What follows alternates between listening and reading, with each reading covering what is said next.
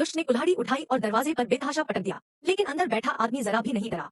उसने बस एक फोन किया और 1 सेकंड में लकड़ी का दरवाजा मानो कड़ा हो गया। सिबा के हाथ में छोटी सी कुल्हाड़ी तो थी ही, अगर उस पर टंक भी चढ़ा दिया जाए तो भी वो बेकार ही रहेगी। पता चला कि कुछ समय पहले ही दुनिया भर में एक भीषण गर्मी का तूफान आया था। पहले तो लोगों को लगा कि यह कोई सामान्य उच्च तापमान वाला मौसम है, लेकिन उन्हें अंदाजा नहीं था कि वे एक भयानक नरक में प्रवेश कर चुके हैं।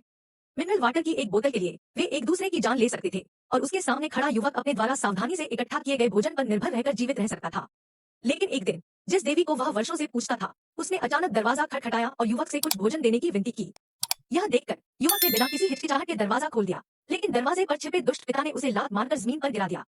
तब तक युवक को यह एहसास नहीं हुआ कि देवी उसे धोखा दे रही थी, और उसका उद्देश्य घर में छिपाए गए फोम के आधे डिब्बे को हथियाना था।